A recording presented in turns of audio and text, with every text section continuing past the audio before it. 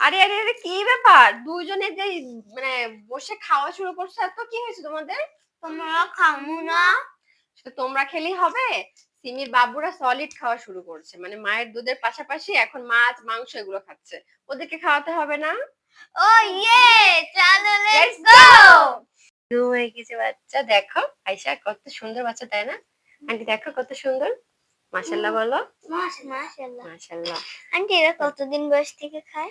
এরা হচ্ছে 21 দিন বয়স থেকে খাওয়া শুরু করে, কিন্তু 21 দিন বয়স থেকে এদের খেতে দেওয়া উচিত না, এদের 1 মাস বয়স থেকে খেতে দিতে হয়।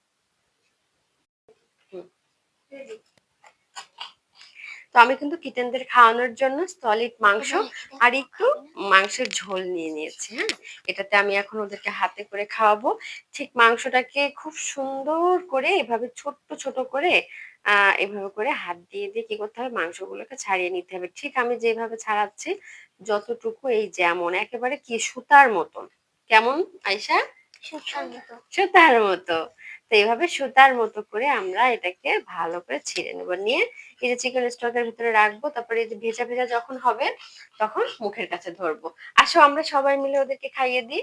আসো, ওই ক্যাটটাকে একটু দাও। ও ও কিন্তু সব থেকে বেশি খাচ্ছে, মানে সবার আগে খাচ্ছে। Hello everyone. তো এতক্ষণ শুনলেন বিড়ালকে কতদিন পর থেকে খাবার দিতে হয়। তো আলহামদুলিল্লাহ আমার 2টা 3টা করে এখন প্রায় 4টা বিড়াল ভীষণ ভালোভাবে খাচ্ছে আর কি, নরমালি খাচ্ছে। বাট 2টা বিড়াল এখনও খাচ্ছে না, তো 2টাকে নিয়ে আমি বেশ ওয়ারিড। কারণ গতবারে আমার এমন হয়েছিল যে একটা বিড়াল একেবারেই খাবারে মুখ দেয়নি, যার কারণে ও কিন্তু 1.5 মাস পর মারা যায়। তো সেই দুর্বিষহ স্মৃতি কিন্তু এখনও আমার মাথার ভিতরে ঘুরপাক খাচ্ছে। আল্লাহই জানে এবারে কি হবে, এটা নিয়ে আমি ভীষণ চিন্তা করছি। আপনারা সবাই দোয়া করবেন যেন 6টা বাচ্চাই খাবারে মুখ দেয়, 6টা বাচ্চাই যেন খায়।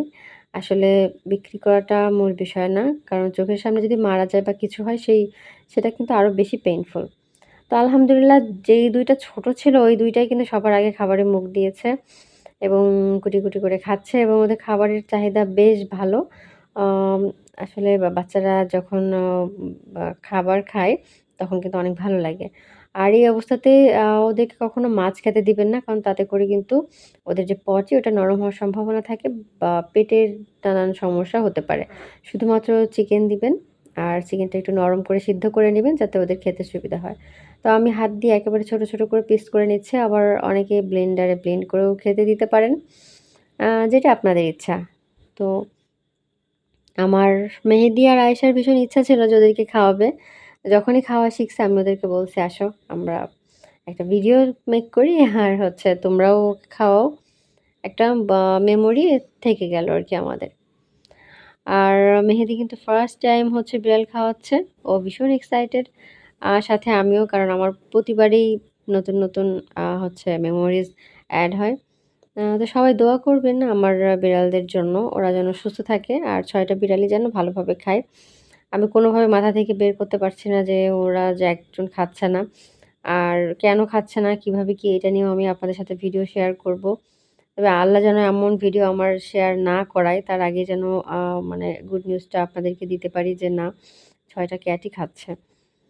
আ আর কি বলবো, এর থেকে কিছু আর বলার নাই। আর আপনারাও যারা বিড়াল পালেন, আপনাদের বিড়ালের প্রত্যেকটা মোমেন্ট খেয়াল রাখবেন। যেকোনো সমস্যা, যেকোনো কিছুতে ভেটের সাথে আলোচনা করবেন। কারণ হাজার হলেও একটা প্রাণ, দেশি হোক, বিদেশি হোক, যেটাই হোক, এটা কিন্তু প্রাণ। প্রতিটা প্রাণের দাবি বা প্রতিটা প্রাণীর সাথে আপনারা যেটাই করেন না কেন, এই জীবনে না হোক পরের জীবনে কিন্তু ঠিকই তার উম আ কি বলবো, তার জবাবদিহিতা কিন্তু করতে হবে। তো সবাই ভালো থাকবেন, সুস্থ থাকবেন। আজকের ভিডিওটা এই পর্যন্তই। আল্লাহ হাফেজ।